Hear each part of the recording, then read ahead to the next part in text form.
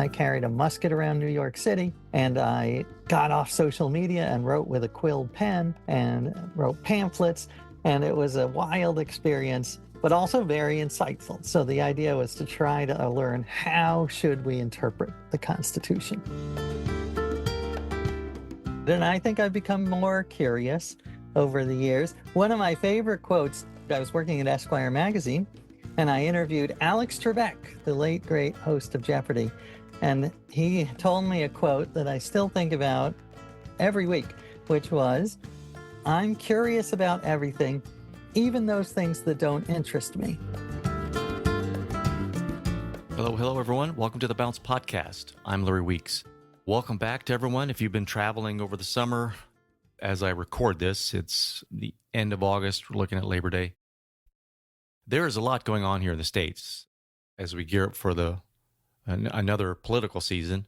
Arguments are heating up, opinions are flying, and I thought couldn't be a better time to dive into a conversation about the U.S. Constitution. So that's what we're going to do. And we're also going to talk about the power of curiosity.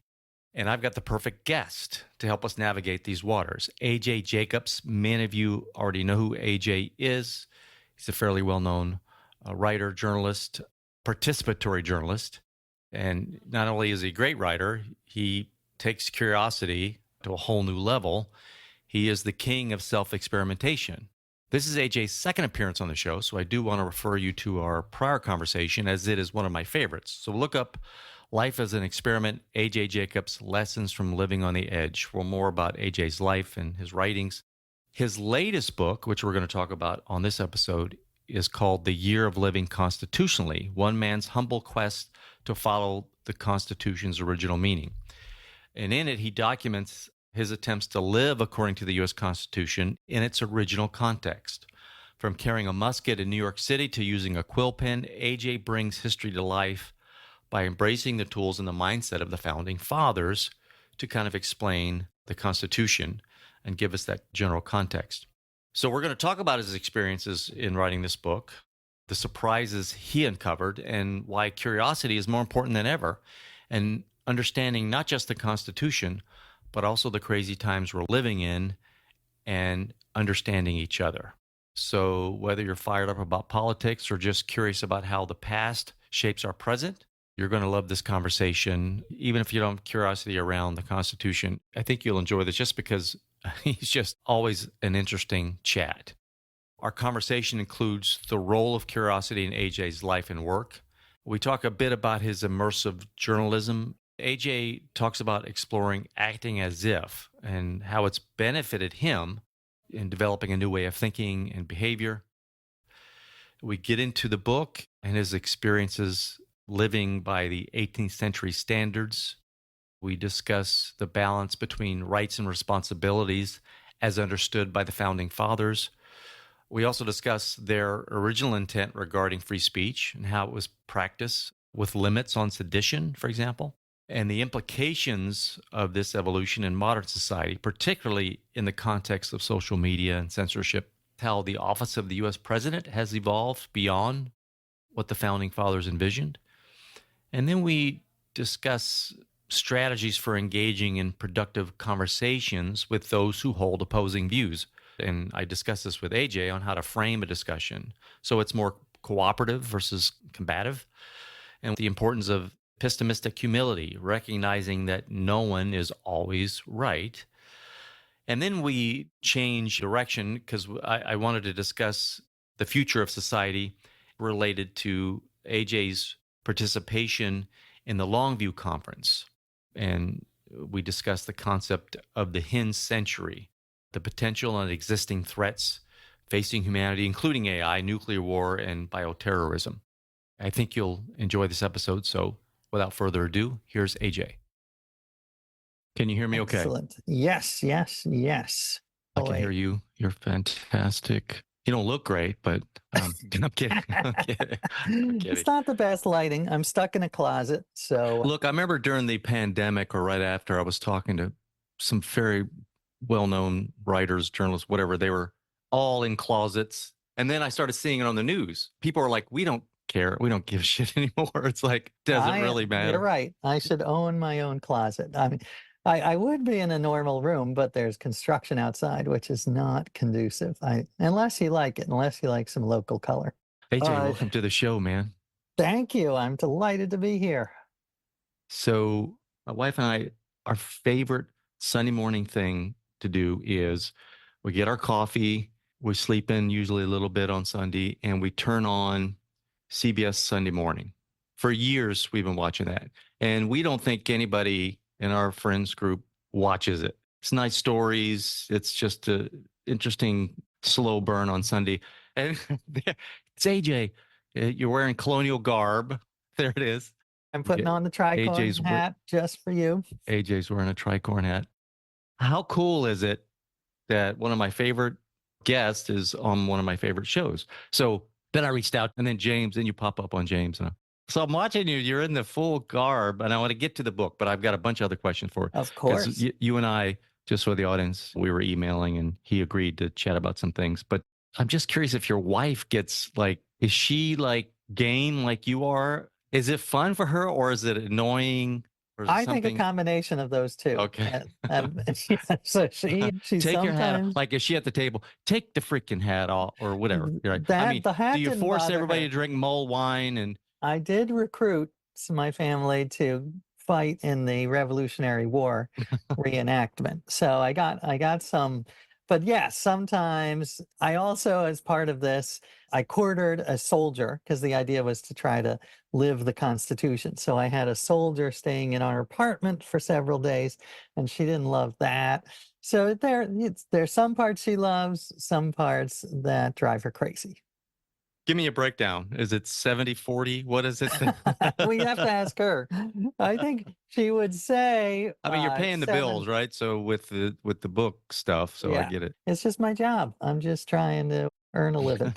So yes, I don't know. She would probably say publicly 70 annoyed, 30 delighted, but I secretly think it's closer to 50-50. So just for our audience, I'll do it in the intro as well. But your book, so this is Living Constitutionally. What? Yes, exactly. It's called The Year of Living Constitutionally, and it came out early May.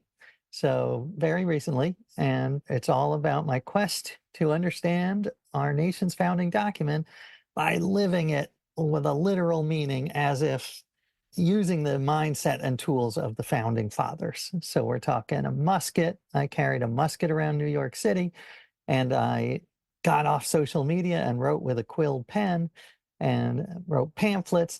And it was a wild experience, but also very insightful. So the idea was to try to learn, how should we interpret the Constitution? And so I have thoughts on that. I know we'll talk about it later, but that's the elevator pitch. And if I'm gonna, AJ was on the show before, so I'm gonna also tell people about that episode if they haven't heard it. Is really great because AJ lives. You're kind of this George Plimpton guy. You're a I love George Plimpton. Yeah. You're a participatory journalist. You kind of you did the Year of Living Biblically, where you wore a robe, or just the approved Old Testament kind of fabrics. Again, in the prior episode, I talked about how I discovered you through was it a New Yorker or an Atlantic piece about lying? Oh, I think that was an fat. Esquire. I think you're Esquire. That's right. I think you're fat. So yes, if you haven't read that, people, please go read that. It's the funniest piece of journalism. It's great writing, but you actually did. What book was that for? You were just going to tell the truth no matter what. It was called Radical Honesty. It's Radical called Honesty. The Movement. Right, that's right. And it was more of a chapter in another book, but it was hardcore, as we talked about last time. Yeah. The philosophy is that you don't just tell the truth all the time, that you go further. So whatever's on your brain comes out of your mouth. There's no filter. So this is a hardcore that I don't recommend. I recommend parts of it, sort of positive radical honesty, but the I think you're fat part is, don't think that makes for a better world.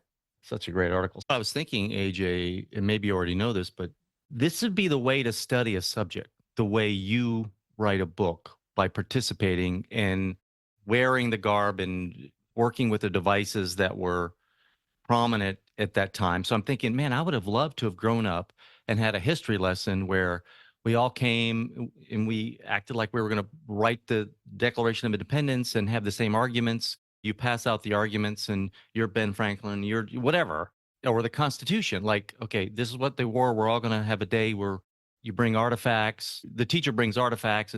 I mean, just immersing in the period of the times would bring it to life. I don't know if schools, if you lived in my town, I'd be all over you if I was a principal. I'd be like, hey, let's get AJ. Let's Well, talk. I have spoken at a few schools, but I love that idea. And there are some teachers who do this, but making it as interactive as possible because, yeah, we've learned that having a teacher or professor just lecture at you, that is not the best way to learn. So having what you said is brilliant to do, recreate the Constitutional Convention and have people argue it, because then you're learning in all different ways. You're learning by doing, you're learning by reading, you're learning by hearing. It comes alive, right? It It's comes instead of alive. dead paper, Exactly. there's a HBO series I highly recommend about John Adams. I don't know if you've seen this. Oh, sure. Yeah, yeah. A great Well, one. what I liked about it, it wasn't polished. They showed how people dressed and they showed the dingy teeth. They reflected the poverty. It wasn't glamorized. And it was true. Adams and the others, they had to make a living, so they had a farm. It was Right. just, it was a hard life. It was about the Declaration of Independence, formation of the government, but it showed you what life seemed to be really like back then. God, that was hard. And Oh my goodness, yeah. That is a big theme in several of my books, actually, is that the good old days were not good. And I think we suffer from this false nostalgia of like, oh, we need to go back to a simpler time.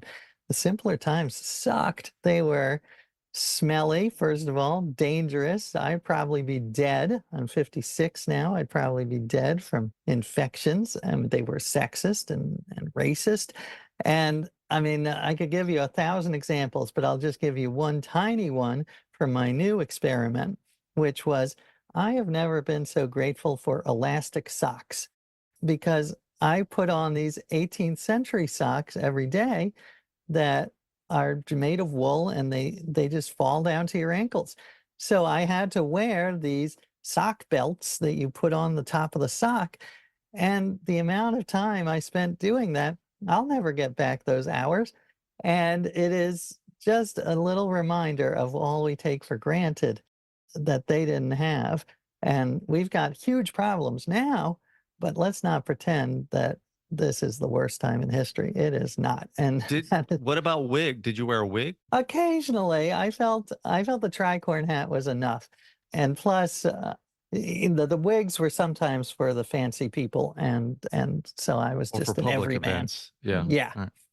Well, I'm disappointed you didn't do the wig. So I have a wig, and I wore it occasionally. I can So- lend it to you if you want. AJ, are you an extrovert? Well, it's a good question. I think that extroversion and introversion are much more fluid than people think, because I think my default is introversion, but I force myself to be an extrovert. I sort of act as if I'm an extrovert.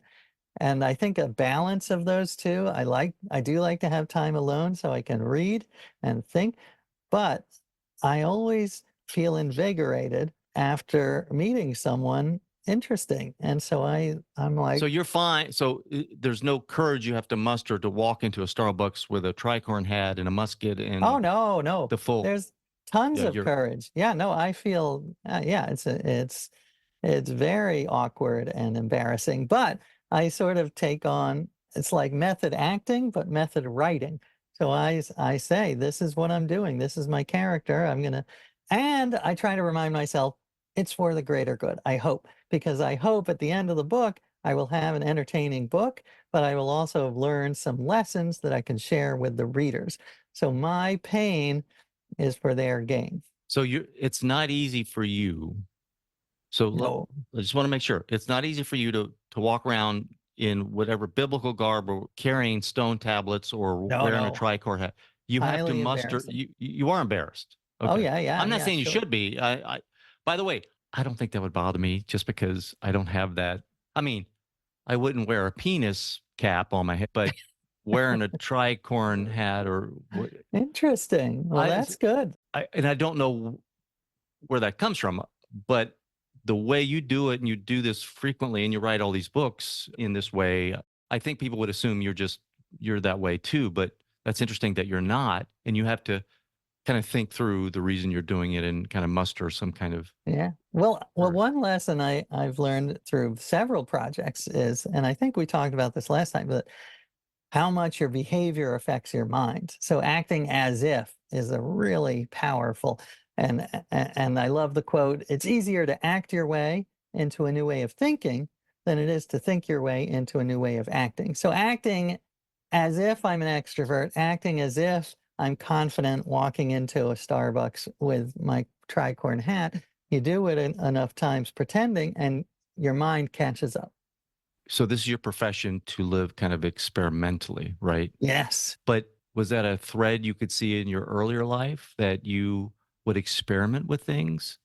I Or do is think so. I mean, I think that I'm certainly not the most athletic person or the best looking or even the smartest, but I do think I am way off the charts in terms of curiosity. I do think I've always had a huge amount of curiosity, and that meant even in high school I would try things out. I visited the Church of Scientology. We lived a block away from the Church of Scientology, so I spent a day there knowing that I was not going to join, but I thought it would be interesting. Like, why are people attracted to this?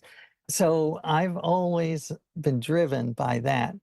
so how old were you when you visited the Church of Scientology? Probably a freshman in high school. Okay, okay, okay. And I did give them a fake name because I knew enough that I So didn't want them writing me letters every day. right over here so I'm in Florida, so Clearwater or somewhere on the other coast here from where I am is I think the headquarters or one Oh, of the yeah. headquarters.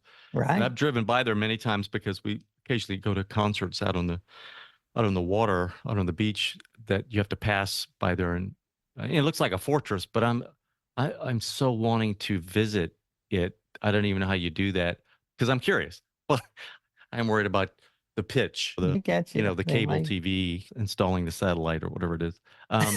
So we emailed about this. I'm assuming just because it's led you where you are here today, that curiosity has been a boon to you, Oh, being yeah. curious in life. Yeah. I mean, it is one of my two favorite human drives. I'd say curiosity and gratitude are really what motivates me. And yeah, I love talking about curiosity. And you had brought up in the email, how do you cultivate I curiosity? So was wondering if you think it's just innate in someone, or I'm curious too, but I think you may be off the chart curious than me. But what do you think? Can it be taught? Can it be developed? Can it be a skill that's developed? What do you think? I do think so. And I've seen some research, not a lot on that. I think it's partly innate, but it's all the openness, that's one of the Openness, that's big a great, five traits. yeah. I also think you can cultivate it, and I think I've become more curious over the years. One of my favorite quotes, I was working at Esquire magazine, and I interviewed Alex Trebek, the late great host of Jeopardy. And he told me a quote that I still think about every week, which was, he said, I'm curious about everything, even those things that don't interest me, which is kind of a paradoxical quote, but That I love is. it. It's like a Zen koan or It's a something, right? little Zen koanish, but I agree. I totally get it because take the most boring topic, something stereotypically dull like accounting. People make fun of accounting. I've often thought maybe I should try to do a book on accounting because I bet if you dig in, just spend a day or two digging in, it has fascinating elements. And the reason is because it's about humans. It's not about numbers necessarily. It's about those numbers represent people's dreams, people's passions, people's hatreds, people's rivalries. And so accounting, if you look at it the right way, I'm sure is fascinating. And I feel that about everything. I mean, the Constitution, I wrote this book, and my son said to me that he's reading one of my other books, and he says, Dad, I just got to be honest, the Constitution it's probably not going to be one I read. And my argument is, well, politics is not boring. Politics is about people interacting. How can we set up a world where we can live with each other? And that is fascinating. That's life. So when I'm writing about the Constitution, I make sure, I think, to spark curiosity, one method is to really ground it in how it affects our lives in a very concrete way. So for instance, when I was writing about regulations and red tape and bureaucracy, that is a challenging topic on the face of it, but really, you look at it, try to go through your day and see how these federal agencies have an impact on every moment of your day. So you make coffee, and the coffee is safe because of the FDA and this is, by the way, this is content. Some people hate regulation, government regulation. Some people love it. Regardless of where you stand, it has an impact on your life. So you've got that. It doesn't blow up because of the Consumer Safety Commission, protection agents. I forget the name of them, but there's agencies involved in every moment of your life. And that is one way, I think, to spark curiosity, make it super vivid and concrete. What was the Trebek quote again? I am curious about everything, even those things that don't interest me. So as you were talking, I think I get that because, and you alluded to it, there are topics that I'm not interested in, but I'm curious as to why someone else is. There you go. Yeah, that's a So good way to think about it. I want to know what they know that has hooked them in. And it may never hook me. I just want to know what it is about the topic that hooked them. So Yeah, I can at least understand it. So I do get curious about things that I have no interest in that other people are interested in. that is a great way to spark curiosity too, I think. And it's also a great way to spark curiosity by if you're talking to someone who you disagree with on the other side of the political spectrum, for instance, Perfect. that is hard. And I have changed the way I conduct those conversations because I used to try to make it a war of words. And I would say, here's the evidence, here's the statistics. And that rarely worked in terms of changing their mind. And it certainly got me annoyed and probably them annoyed and angry. So when I was writing my book on puzzles, which was the book right before the Constitution book, I decided to reframe conversations like this as a puzzle. So that it's a puzzle, a cooperative adventure. Why do they believe what they believe? And why do I believe what I believe? And is there evidence that could change their mind? Is there evidence that could change my mind? If we still disagree after all the evidence, what can we do? Is there any productive action that can go forward that we do agree on? And all of these are fascinating puzzles to solve as opposed to a aggravating war where you both just get frustrated and dig in and become more rigid. That's interesting you mentioned that because this last political cycle, here we go into another one. I was a Reagan supporter, so I would classify myself as Republican, but I didn't vote for Trump. So I split, became an independent. So I could talk about this with people that I differed politically. I was just so curious. It was helpful in having the conversations to be more curious about it versus angry and said in my ways I perfectly. But totally get, and I am so glad you came to the same conclusion I did, that this really is a much better way to engage with others. And actually, it relates to because reading about the founding fathers, who obviously had some flaws, but one of the virtues that I love is I do think that most of them were more flexible in their thinking than we are now, less rigid. Because look at Ben Franklin, my favorite founding father. He said at the Constitutional Convention, he said, the older I get, the less certain I am of my own opinions, oh, which that's I good. love. Yeah. That's good. And Yeah. he even told this great story, a little joke. He loved the jests, he loved the jokes. So he said there was this French lady who said to her sister, it's so strange. Why is it that I am the only person I have ever met who is correct on every single issue? And his joke was, we're all that French lady. We all think we're correct. Mm. And he's saying, have a little humility, a little epistemic humility, and that you are not right on every issue and be open to changing your mind, not willy nilly, but looking at the evidence, looking at the science, and then being open to changing your mind. And I will also say my last story about founders changing their mind is I love the story of James Madison because he, on his deathbed, he was there with his niece. He made a strange face, and his niece said, "Uncle, what's up? What's going on? Are you okay?" And he said, "Oh, yeah, I'm fine. I just changed my mind." And then he died. So we don't know what he changed his mind about. It could be the bicameral legislature, could be the wallpaper. We don't know. But the very last act he made on Earth was to change his mind. So I feel we need some more of that in our discourse today. You said something earlier, and in my head, I say to myself, the more I learn, the less I seem to know. I love And that. Yeah. that's paradoxical, I'm sure. But I just talked to, so I had Neil deGrasse Tyson on, talked to him, but it's so mind blowing. I'm learning from this guy and about the universe. And it's like, I don't know anything. I have assumptions. And even these scientists are just not sure what's happening there. Agree. It's just this mystery. But AJ, maybe it's just getting older. I'm really enjoying being in a space of mystery. Like, who knows what's happening? There's an expanse there that is kind of fun, or I'm more comfortable with. Well, I think that's huge. I think that more people need to be like you and be okay with uncertainty.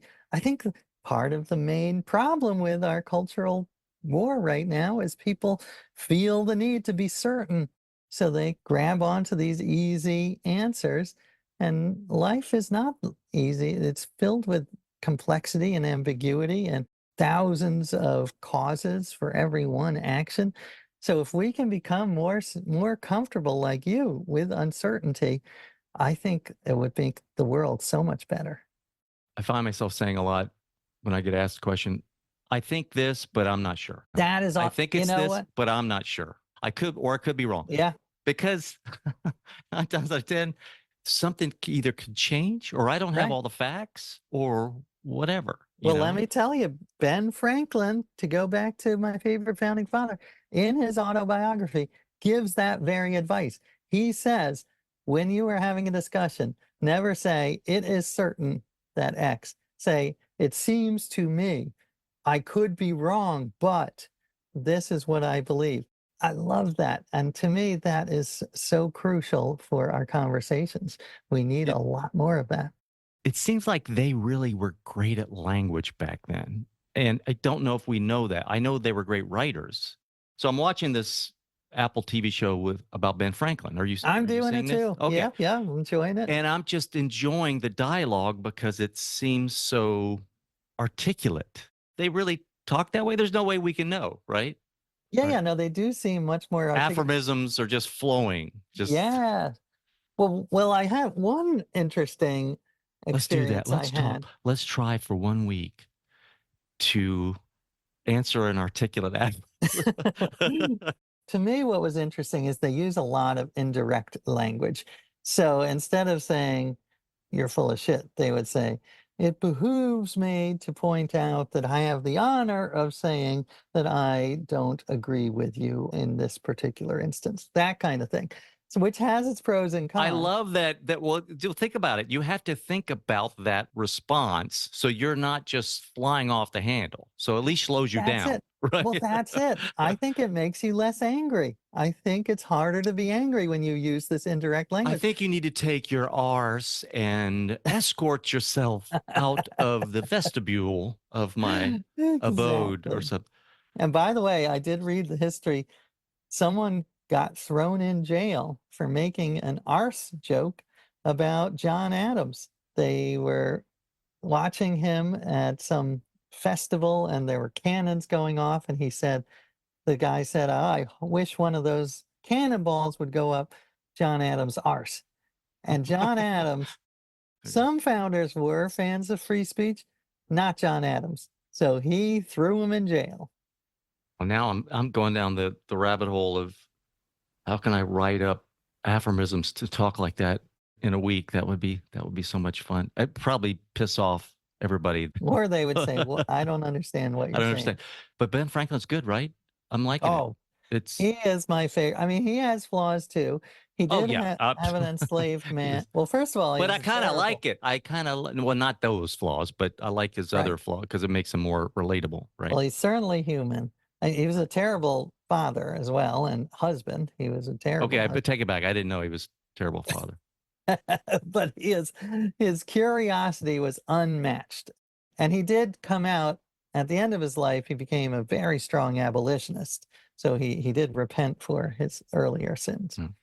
So I want to talk to you about the future because I heard you went to a conference. I think it was called the Longview Conference. So you were invited to this conference. Can you tell us a little bit about that? Because I think what you said is that the consensus is the current age that we're living in is considered a hinge century due to the Right. speed of And technology. I do Yeah. believe that. It's a group of incredibly smart people, philosophers.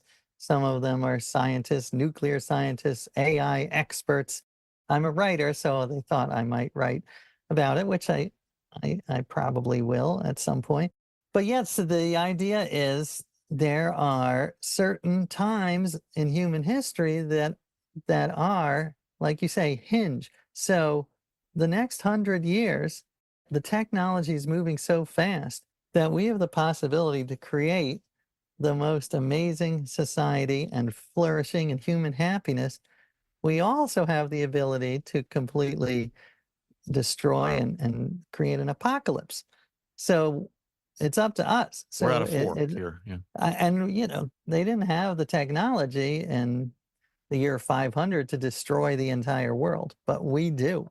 But we've had that capacity since the Manhattan Project to destroy the world, right? We So have, but it keeps getting, unfortunately, democratized.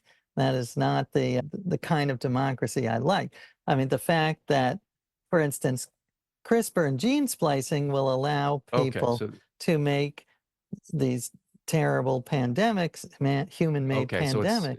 it's not It, just nuclear, it's right. AI, it's gene And all expression or exactly. virus manipulation. Okay, got it. And it's also nuclear in that at that time it was us and the Soviets who had it. Now Proliferations, more yeah, and more got countries it. and unfortunately bad actors have it. So yes, so it's all about being careful, looking at the long term. Are there ways to safeguard it? And there are.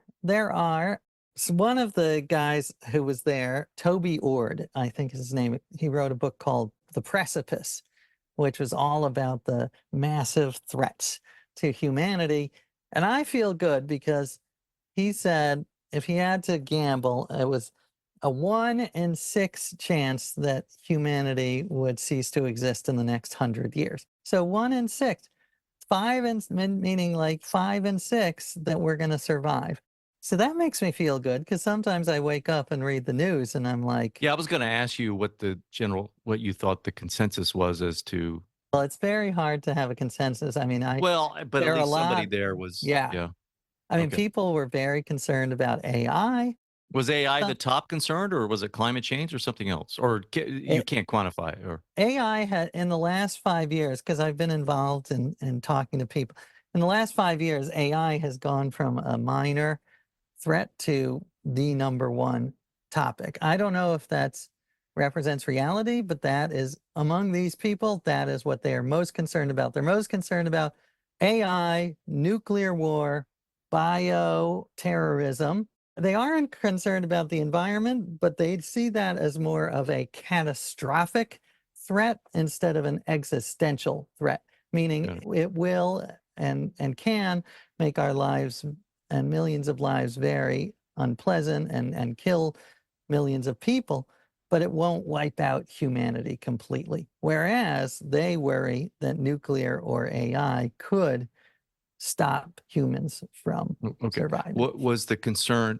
And if it's hard to parse this, totally get it. Was the concern with AI that it was going to become sentient and then do something on its own against us? Or was it just going to play out the way it's playing out and be used by bad actors or both? Well, I think there are a lot of things to worry about, but one of them is that it's not even necessarily bad actors. It's just that it will have the incentives that AI is following will diverge from the incentives of what is good for humanity. But that seems to imply sentience of some sort, or some kind of independent. Well, let me give you the most classic example that you might have heard of, the That's the paperclip. paperclip. Yes. Okay, so Yes. yeah. So you don't actually need it to be sentient. You just need it It's to goal be tasked, powerful.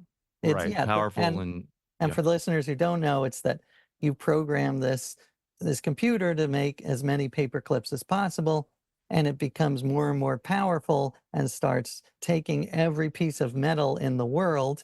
So the cavities from your mouth it breaks down your apartment to make paper clips because that's what it's been told to do.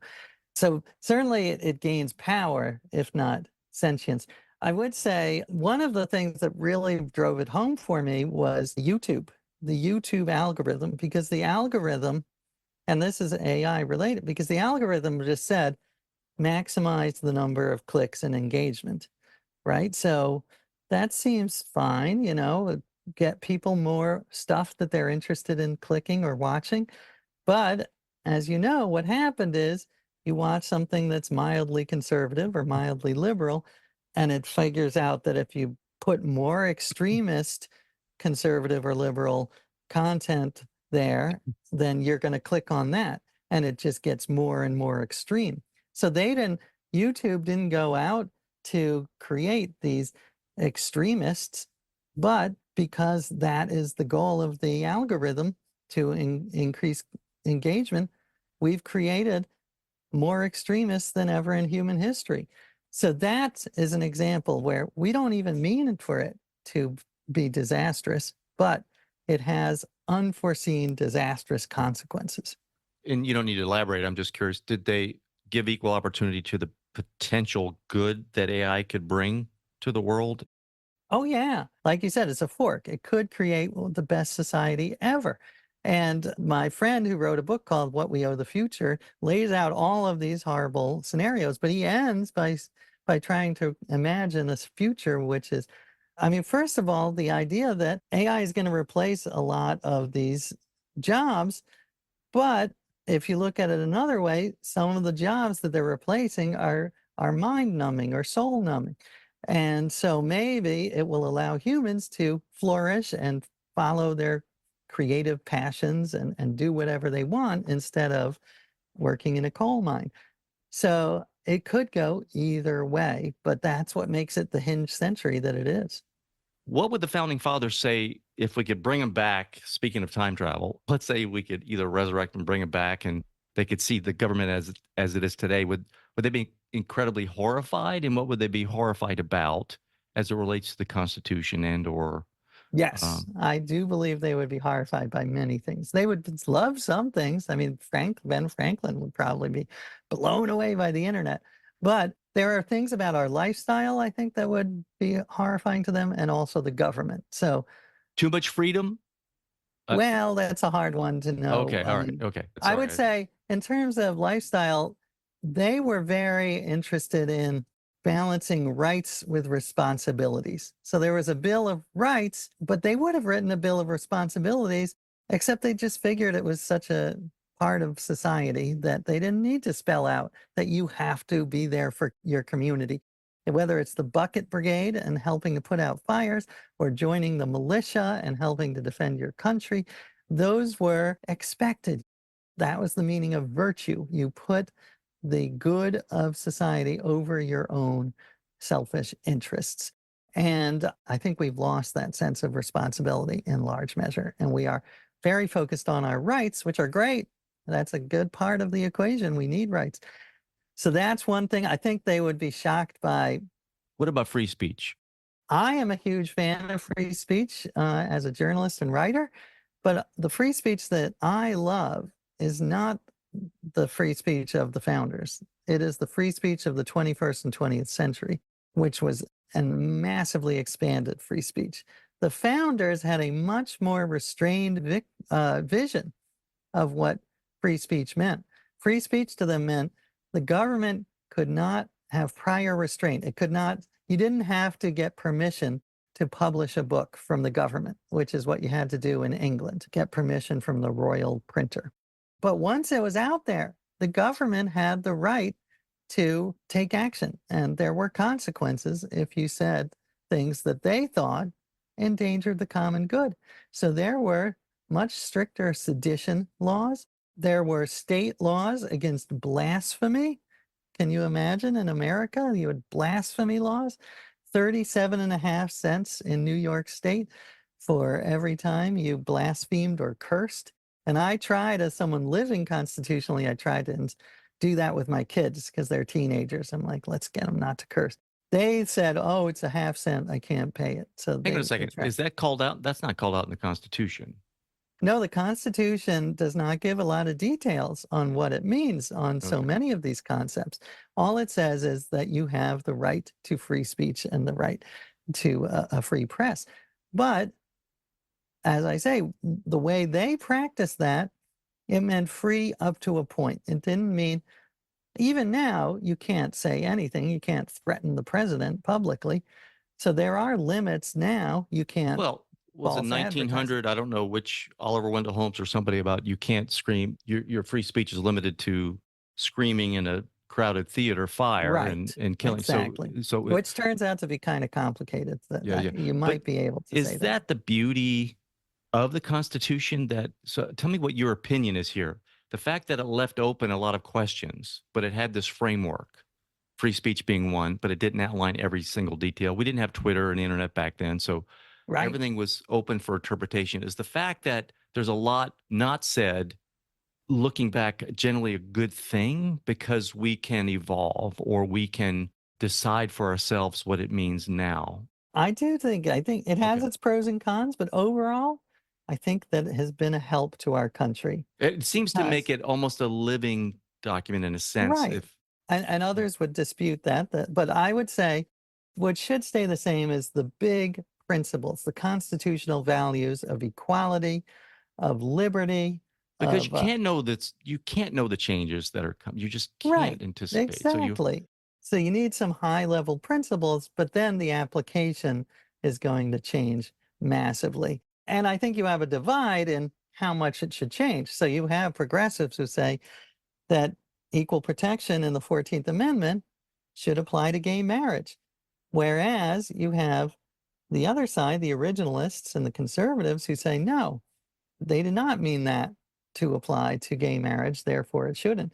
So it's all about how much evolution is allowed. Everyone agrees that there should be some evolution of application as technology changes. So the searches and seizures, even conservatives say, well, that should apply to your iPhone as well as the papers in your desk drawer. But how much evolution, that is where the big debate comes in. So, what is your opinion of, in the light of the Constitution, the January 6th proceedings, what some people are calling an insurrection or what? I don't, Well, I think the founders would be appalled by that, and they'd be appalled by the idea that the president has some sort of immunity from criminal actions. that was my They, next question. yeah, they were so anti-monarch, so afraid of demagogues and authoritarians. That was the whole point That of was the getting whole deal, right? Yeah. right, get away from a monarch so that everyone is equal under the law, from the president on down. So yes, I can't get into their minds, but I do think that is one of the things. If we brought on top of that, I think the founders in general would be appalled by what the office of president has turned into. It's And very I'm not powerful now. It was not so. exactly. Both Democrats and Republicans I'm talking about are far more powerful as presidents than the founders envisioned. Like war powers were split between Congress and the president. Trade powers belong mostly to Congress. Congress was seen as the first among equals. It is Article 1. Congress was seen, but Congress has become much more polarized, and we have a supermajority requirement, which makes it hard for them to do anything. So in that vacuum, the president has come in and become much more powerful. And I think the founders They thought of all sorts of ways to limit the president, including my favorite, which was several of them thought there should not be a president. There should be multiple presidents at the same time. 3 co-presidents, 12. Ben Franklin said 12 presidents, a council Didn't you of 12. petition for 3? I did, which I thought, I actually don't think it's a great idea to have RFK Jr. and Trump and Biden working side by side. But I do think That would be a mud rustling show or that something. would be a mess. But I do like the idea of limiting the president's power. And this was my way of bringing up that topic. AJ, the book is out there. Is it selling well? You doing good? It is. Great, great. I'm working hard. I'm doing my best. Thank you so much for coming on, man. Thank you, Larry. It was a delight. So fun. Great to talk to you. Well, that's a wrap. Thank you for listening. If you enjoyed it, do share it with your friends and on your social platforms. Big thanks to Sam Williams, my audio guy, and the beautiful bumper music you're hearing is Michael Petrovich's Bella Luna. For all my show notes or resource links, visit LarryWeeks.com, and we will talk again soon.